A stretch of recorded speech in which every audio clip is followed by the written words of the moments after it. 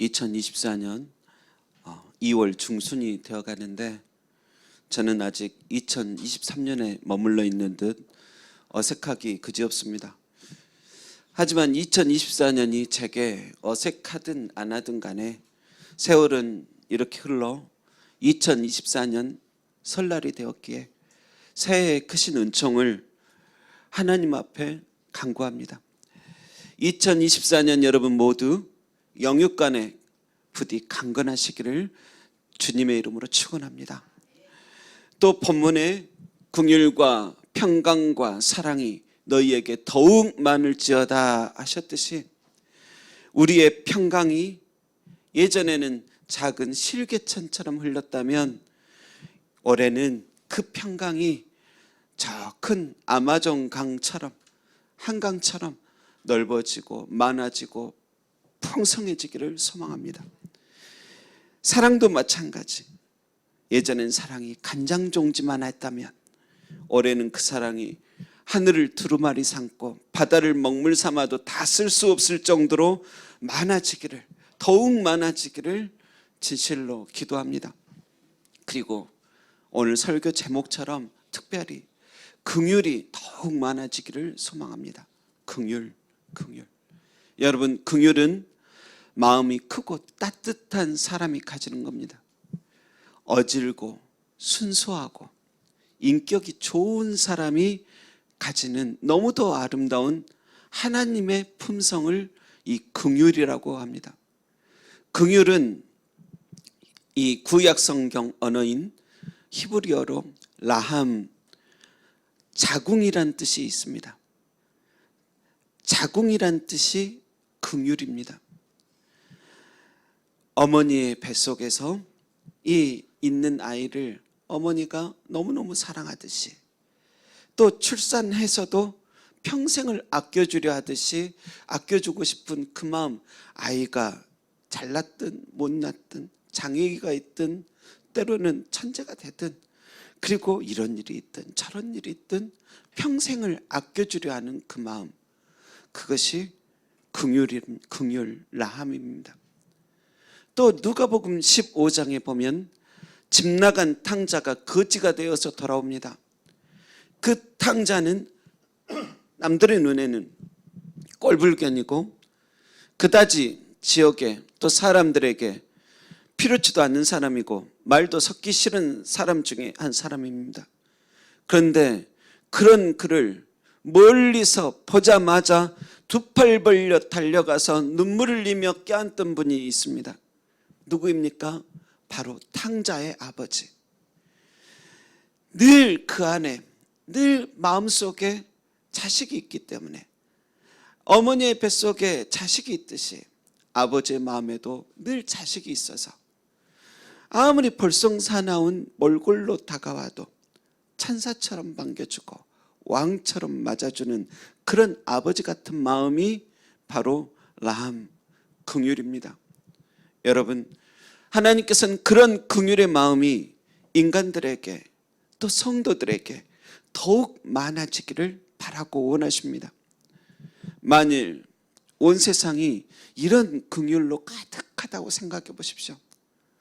세상이 진정 서로가 서로를 마음으로 이해해주고 용서해주고 지지해주고 사랑해주는 그런 긍휼을 가진 세상이라고 생각해 보십시오. 여러분, 그런 세상이라면 아마 이곳이 천국입니다. 그런데 이런 온전한 긍휼은 세상에는 없습니다. 잠깐 긍휼의 마음을 가지다가도 처음엔 지지하고 용서하고 잘 대하다가 어느새 사람들은 변하여 정죄하고 판단하고 욕하고 미워하기 시작합니다. 긍휼이 조금이라도 있을 때는 햇살 같은 사랑이 꽃피는데 긍휼이 마음에서 딱 떠나버리면 그 순간부터는 캄캄합니다. 보이지 않습니다. 나도 안 보이고 내 앞길도 안 보이고 그 사람의 상황도 보고 싶지 않습니다. 캄캄한 증오, 그렇게 바뀝니다. 그러나 우리 하나님께서는 세상 사랑과 같지 않습니다. 인간과 같지 않습니다. 하나님의 긍휼은 영원합니다. 아무리 끊어내려고 해도 끊어지지가 않습니다. 하나님의 긍휼은 오늘도 끝나지가 않았습니다. 여러분, 우리가 구원받은 이유가 무엇입니까? 우리가 잘나서 그렇습니까? 우리가 뭐 특별히 뭐가 엄청 잘났습니까? 그래서 구원받은 것입니까? 아니요. 성삼위 하나님의 변함없는 긍휼, 끝나지 않는 긍휼 때문입니다. 저 밝고도 묘한 거룩한 천국에 올라갈 수 있는 것도 영원한 긍휼, 끝나지 않는 그 긍휼 때문입니다. 만약에 우리가 천국에 올라갔는데 하나님의 긍휼이 천국에서 어느 날 한 10년 살다가 그쳐버린다면, 끝나버린다면 우리는 천국에 있다가도 지옥으로 내쳐져야 될 것입니다. 그러나 하나님의 긍휼은 변함없습니다. 끝나지 않습니다. 지금 우리가, 죄 많은 우리가 이렇게 예배할 수 있는 이유도, 우리의 예배를 하나님이 받으셨다라고 말할 수 있는 이유도, 우리가 기도를 특별히 더 잘해서, 우리가 찬양을 더 예쁘게 불러서 그게 아닙니다. 하나님이 우리를 불쌍히 여기셔서 우리의 예배를 받으시는 겁니다. 여러분, 사도 바울은 로마서 8장에 이렇게 말을 합니다. 내가 확신하노니 그 어떤 피조물이라도 우리 주 그리스도 예수 안에 있는 하나님의 사랑에서 끊을 수 없으리라. 내가 확신한다. 사도 바울은 확신하고 있습니다. 나는 확신한다. 그 어떤 피조물이라도 하나님의 사랑에서 우리를 끊을 수 없다. 여러분, 저 또한 마찬가지입니다. 바울처럼 동일하게 선포합니다. 확신합니다. 사망이나 생명, 천사들이나 권세자들, 현재 일이나 장래일, 지금 일이나 장래일, 능력이나 기품이나 높음이나 그 어떤 피조물이라도, 그 어떤 모든 상황들이라도, 그 어떤 것도 저와 여러분을, 그리스도 예수 안에 있는 여러분들을 우리 주 그리스도 예수 안에 있는 하나님의 사랑에서 절대 끊을 수 없습니다. 태아가 어머니의 뱃속에서 사랑으로 연결되듯이 저와 여러분도 그리스도 예수 안에서 하나님의 사랑으로 연결되어 있습니다. 절대 유산되지 않을 하나님의 사랑으로 연결되어 있습니다. 그렇기 때문에 그 긍휼은 끝나지 않습니다. 그래서 자궁 속 태아를 엄마가 사랑하듯이 하나님께서도 외로운 나를 긍휼히 여기십니다. 병든 나를, 지친 나를, 답답하여 발길질하는 나를 여전히 뱃속에 있는 아이처럼 긍휼히 여기고 사랑하십니다. 내게 발길질을 하더라도 사랑하십니다. 오늘 요한복음 본문에도 예수님께서 죽어있는 나사로를 보시며 눈물을 흘리십니다. 예수님은 전능하신 하나님이십니다. 반대로 나사로는 이 낮고 낮은 이 땅 중에서도 베단이라는 지역, 베단이라는 뜻은 빈민의 집이라는 뜻입니다. 빈민가, 슬럼가, 문둥병자들이 특별히 많이 모여있던, 소록도처럼 모여있던 그 베다니에, 그 중에서도 가난하기만 하는 게 아니라 병들기까지 한 세상의 찢기 같은 존재, 하나님은 전지전능하지만 나사로는 누구도 그렇게 큰 관심을 가지지 않는 빈민가 사람입니다. 그런데 예수님께서 이 나사로를 사랑하셨더라 이렇게 말합니다. 사랑하셨더라. 그리고 또 오늘 9절에서는 눈물을 흘리시더라. 그만큼 긍휼히 여기셨다라는 겁니다. 내 안에 있는 사람처럼. 내 안에 있기 때문에 긍휼히 여기시고 눈물을 흘리는 겁니다. 내 안에 없으면 눈물 흘리지 않습니다. 내 안에 없기 때문에. 마치 우리 남자라도 남자가 자궁은 없을지라도 이미 내 안에 영원히 있는 것처럼 사랑하는 겁니다. 긍휼히 여기는 겁니다. 그 처지, 그 슬픔, 그 아픔들을 함께 이해하고 아파하고 동질감을 느끼는 겁니다. 너와 나는 하나다. 너는 내 안에 있고 나는 네 안에 있다. 하나, 그냥 하나인 겁니다. 그래서 긍휼을 느끼는 겁니다. 여러분, 그 예수님의 눈물 흘리는 그 모습이 얼마나 진심이었는지 옆에 있는 유대인들이 보고서 보라, 그를 어떻게 사랑하였는가. 보라, 예수님께서 저 나사로를, 저 빈민가에 있는 나사로를, 누군가 거들떠 보지도 않던 그 나사로를 보라, 그를 어떻게 사랑하였는가. 유대인들이 말할 정도였습니다. 아, 저분 나사로를 정말 사랑했구나. 남들은 하등의 도움도 안 되는 나사로 왕따시키고 무시하고 네가 아픈 이유가 있겠지, 네가 가난한 이유가 있겠지, 때로는 일찍 부모를 잡아먹은 놈이라고도 말하기도까지 하고 네가 도대체 뭘 잘하는데, 평생에 그런 소리를 듣고 살았던 가난한 사람, 왕따시키고 무시하고 처음에는 사랑해 주다가도 계속 귀찮게 하면, 계속 옆에 있으면 귀찮다고 물리치는 그런 존재의 사람을 예수님은 긍휼히 여기시고 그치지 않고 끊어지지 않는 그 사랑으로 귀히 여기시는 겁니다. 여러분, 나사로를 향하여 눈물 흘리시던 주께서 지금도 여러분의 삶을 바라보시고 여러분의 그 처지를 아시고 여러분의 그 말 못할 아픔을 이미 보시고 눈물 흘리고 계십니다. 함께 아파하십니다. 여러분이 울 때 하나님도 아프고 하나님도 웁니다. 여러분이 아파할 때 하나님도 아파합니다. 왜? 내 안에 있기 때문에 그렇습니다. 똑같습니다. 사람들은 말할 것입니다.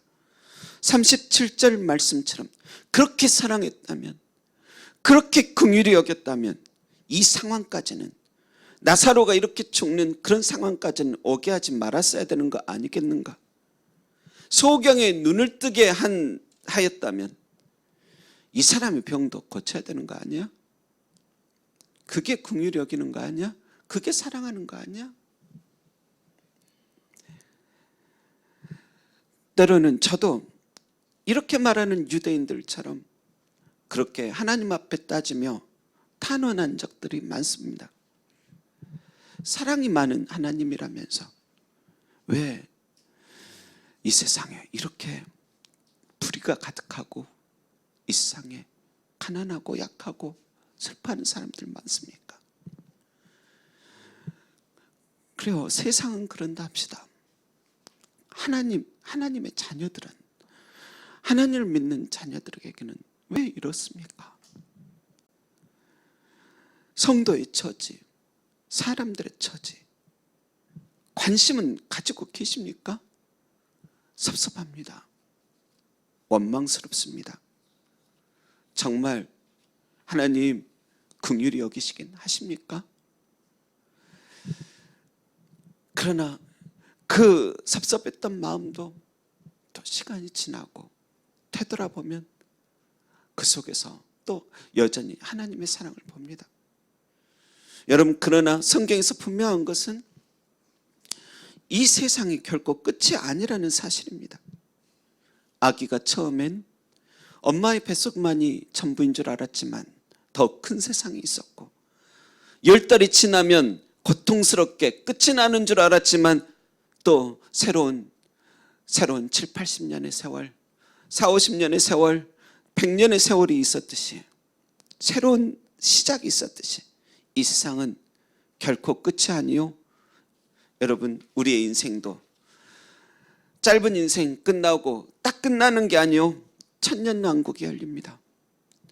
눈에 보이는 세상, 이 자궁 속의 세상 같은 세상은 사라지고 새하늘과 새 땅이 열립니다. 우리의 아픔, 슬픔, 죽음, 가난, 서름, 차별, 분노, 외로움, 이 이해하지 못할 모든 것들은 하나님의 나라에서 온전히 왜 그런 일이 있었는지 이해가 될 것입니다. 하나님께서 갚아주시는 날도 있을 것입니다. 이 땅에서 하나님이 날 사랑하긴 했습니까? 정말 날 긍휼히 여기시긴 했습니까? 그 모든 섭섭한 고백들이 진정 부활의 몸으로 우리 나타날 때, 변화할 때, 보라, 그를 어떻게 사랑하였는가? 보라, 나를 얼마나 사랑하셨는가? 보라, 알고 보면 나를 얼마나 긍휼히 여기셨던가? 그렇게 분명히 고백하게 되는 날이 올 것입니다. 보라, 나를 어떻게 얼마나 사랑하셨는지 분명 알게 될 것입니다. 여러분, 복음서에는 세리라는 직업이 등장합니다.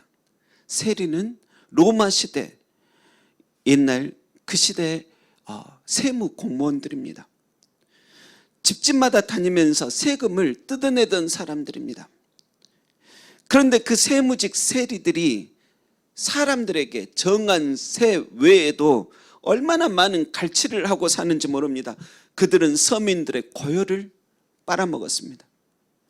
관청에는 적은 액수를 보고하고 남은 돈은 착복하고 살았습니다. 세리들은 강한 자들에는 한없이 약하고 그렇지 않아도 가난하고 병들고 지친 약한 자들에게는 돈이 없으면 사채꾼들처럼 조금의 긍휼함도 없이 찾아가서 뜯어냈습니다. 착하게 굴었다가는 이 악한 세상에서 자기들은 살아남기 힘들기 때문입니다. 특히 당시 세리라는 직업은 정식 루트로 되는 경우도 있었겠지만 대개 이 직업을 경매받아서 땄습니다. 다시 말해 세리 직업을 경매할 때 세리 직업 경매하겠습니다. 1,000만, 2,000만, 5,000만, 1억 제일 높은 액수를 내는 사람에게 세리를 주는 겁니다. 그 직함을 가장 높은 가격을 적은 사람에게 경매에서 그 직을 주는 겁니다.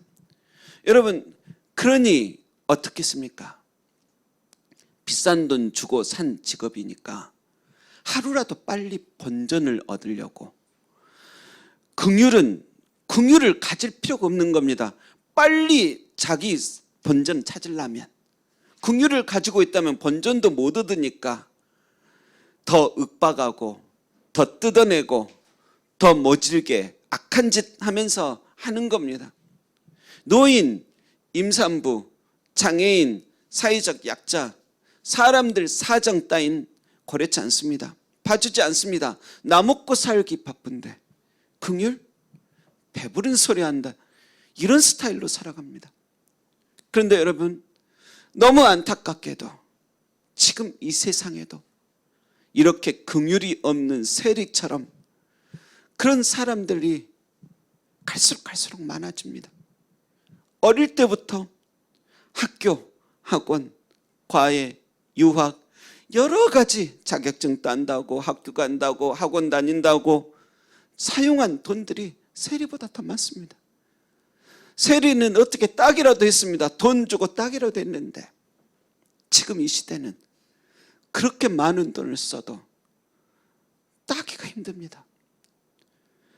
그래서 어느 정도 올라온 사람들도 거의 다 세리처럼 살아가는 사람들 많습니다. 빨리 본전이나 뽑아버려는 사람처럼 살아갑니다.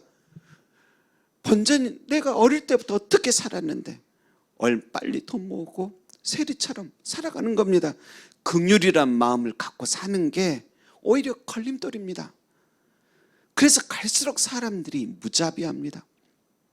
차를 타면서 누군가 작은 기사 하나 내는 것도 용납을 못합니다. 무서워 죽겠습니다. 요새는 다들 비싸고 좋은 차들만 타고 다녀서 무섭습니다. 그냥 조금이라도 받아버리면 그 차들 그냥 이만큼 기스나도 몇백 몇천만 원이 나와버리니까 식당에서, 직장에서, 여러 삶 속에서 작은 실수 하나 하면 큰일 납니다. 존중, 긍휼보다 고소, 민원의 세상이 되었습니다. 그리고 무슨 사람을 긍휼히 여깁니까? 나 살기 바쁜데, 나 하나도 감당 못하겠는데, 나 하나도 감당 못하겠는데 무슨 사람들을 긍휼히 여기고 싶겠습니까? 나부터 울기 직전인데, 이 한국 땅 같은 경우는 특히 우울증의 세상인데 뭘 남들을 울어줍니까? 남들을 향하여 왜 울어줍니까? 나부터 우울증 걸렸는데. 보라, 세상이 당신을 얼마나 사랑하는가. 그게 아니라 보라, 역시 세상은 이따위지, 믿지 마, 너나 잘 살아. 그런 결심만 안겨주는 세상입니다. 그래, 결심했어. 나나 잘 살자. 나나 잘 살자. 내가 누굴 불쌍히 여기고, 내가 누굴 긍휼히 여기고 살아. 하지만 여러분, 그래도 아름다운 세상이 되려면, 은혜로운 교회가 되려면, 행복한 나라, 아름다운 가정이 되려면 그래도 긍휼뿐입니다. 내가 너 안에, 네가 나 안에 있는 것처럼 마음이 짠하고 아파해주는 그 마음, 이게 긍휼입니다. 여러분, 우리 자신을 생각해 보십시오. 우리 자녀들, 후손들을 생각해 보십시오. 저는 우리 성도님들이 제가 실수하는 것 많고 부정한 것 많은데 제발 우리 성도님들이 저를 긍휼히 여겨줬으면 좋겠다, 그런 생각을 많이 합니다. 우리 자녀들, 예진이, 우리 청년들, 후손, 우리 어린 주일학교 학생들, 좀 누가 내 새끼들 불쌍히 여겨줬으면 좋겠다. 사회에 나갔을 때, 때로는 뭐 이런 일이 있을 때, 저런 일이 있을 때, 실수할 때, 얘가 겁먹었을 때 사람들이 조금만 참아주고 친절히 대해줬으면 좋겠다. 몰라서 그런 것이니까 잘 참고 가르쳐줬으면 좋겠다. 내 새끼처럼 생각해서 좋은 말 좀 해주고, 좀 칭찬 좀 해주고, 기다려주고, 잘 대우했으면 좋겠다. 그런 생각 안 하시는 분들 계십니까? 그런데 나는, 내 자식들은, 내 후손들은 그런 긍휼 많은 사람들 만나서 그런 긍휼 많은 세상 속에서 살기를 원하면서, 실상은 우리 자신부터 이런 긍휼 따윈 필요 없다고, 나부터 그런 마음 가져봤자 나만 손해라고 계속 마음 먹고 살면서 정죄하고 용서하지 않고 그렇게 살다 보면, 그러면은 어떻게 되겠습니까? 잠시 그 순간은 속은 시원할지 몰라도 결국 그 무정함, 그 무자비함은 돌고 돌아 나에게로 오고, 내 자녀에게로 오고, 우리 차 타고 다니면서도 날마다 그 무정함, 무자비함은, 그 긍휼 없음은 항상 내게로 돌아오고, 우리 후손에게 가고, 무자비한 세상, 고소와 민원의 세상, 사람들 용서해 줘봤자 나만 손해라는 세상, 그런 세상이 될 뿐이지 않습니까? 너무 안타깝습니다. 여러분, 2024년 여러분 가정에, 직장에, 여러분이 밟는 모든 땅에, 그리고 내가 내 자신을 위해서라도 좀 긍휼을 가지고 살아가기를 바랍니다. 아내에게도, 남편에게도, 부모님에게도, 친구들에게도, 자식에게도, 동료에게도, 이웃에게도, 교회에게도, 그리고 나라들 더 큰 긍휼로 우리가 좀 채워져 갔으면 좋겠습니다. 정치인들 미워하는 사람들 많은데 내 안에 있는 긍휼들 뺏기지 않도록 여러분 너무 정치 좋아하지 마십시오. 정치에 관심을 가지는 건 좋지만 여러분 너무 미워하면서 살지 마십시오. 저는 우리나라가 너무 양당 체제가 되어서 경상도, 전라도로 나눠져 있는 것 보면 너무 안타깝습니다. 왜 그런 세상이 되었나?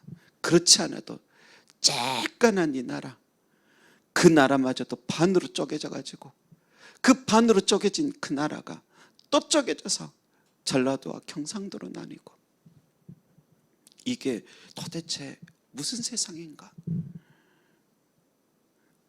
너무 무자비한 세상, 무자비하고 무정한 세상. 진정한 사람들을 긍휼히 여길 줄 아는 하나님의 마음을 가진 하나님의 자녀들이 새벽 이슬처럼 일어나서 이 세상을 위해서 기도하고 사랑해 주려면 제일 먼저 필요한 것은 긍휼입니다. 긍휼의 회복입니다. 성도는 긍휼이 있어야 됩니다. 그래야 세상을 위해 기도하든지 세상을 위해 빛이 되든지 소금이 되든지 할 거 아니겠습니까? 여러분, 긍휼히 여기는 자 이미 복받은 자입니다. 그들은 더욱 긍휼히 여김을 받을 것이기 때문입니다. 여러분, 그러하니 부디 이 긍휼을 2024년 많이 피워내기를 바랍니다. 하나님은 지금 이 순간도 여러분을 긍휼의 손으로 꼭 잡고 계십니다. 내일도, 그리고 우리 세상 떠나는 그날도 하나님은 우리를 긍휼의 손으로 붙잡고 계실 것입니다. 긍휼의 주님이 아니면 우리는 살아도 산 게 아닙니다. 죽어도 죽은 게 아닙니다. 긍휼이 없다면 정말로 불쌍한 존재가 사람입니다. 긍휼을 받지 못하는 존재처럼 불쌍한 존재가 어디 있습니까? 긍휼이 없어서 죽어가고, 긍휼이 없어서 우리가 구원받지 못하고, 긍휼이 없이 이 세상을 살아가는 것 같이 불쌍한 존재가 어디 있습니까? 저는 하나님이 정말 나를 불쌍히 여겨줬으면 좋겠고, 사람들이 나를 불쌍히 여겨줬으면 좋겠습니다. 날 동정해도 괜찮습니다. 서로가 그렇게 서로가 서로를 불쌍히 여기면서 살았으면 좋겠습니다. 긍휼의 주님이 계시기에 우리가 살고 서로 긍휼히 여겨야 우리 살아갑니다. 그러니까 2024년 제발 우리 긍휼과 평강과 사랑이 너희에게 더욱 많을지어다 말씀하신 것처럼 그 긍휼, 평강, 사랑이 우리에게, 저와 여러분에게 더욱 많아지게 되기를 주님의 이름으로 축원합니다. 기도하겠습니다. 거룩하신 하나님, 크고 작은 고통 속에서 애통하는 많은 인생들을, 영혼들을 긍휼히 여길 줄 아는 마음을 주옵소서. 그리고 우리도 긍휼히 여김 받고 은혜로 살고 있구나를 더욱 알게 하옵소서. 감사드리며 그 크신 긍휼로 십자가 지신 예수님의 이름으로 기도합니다. 아멘.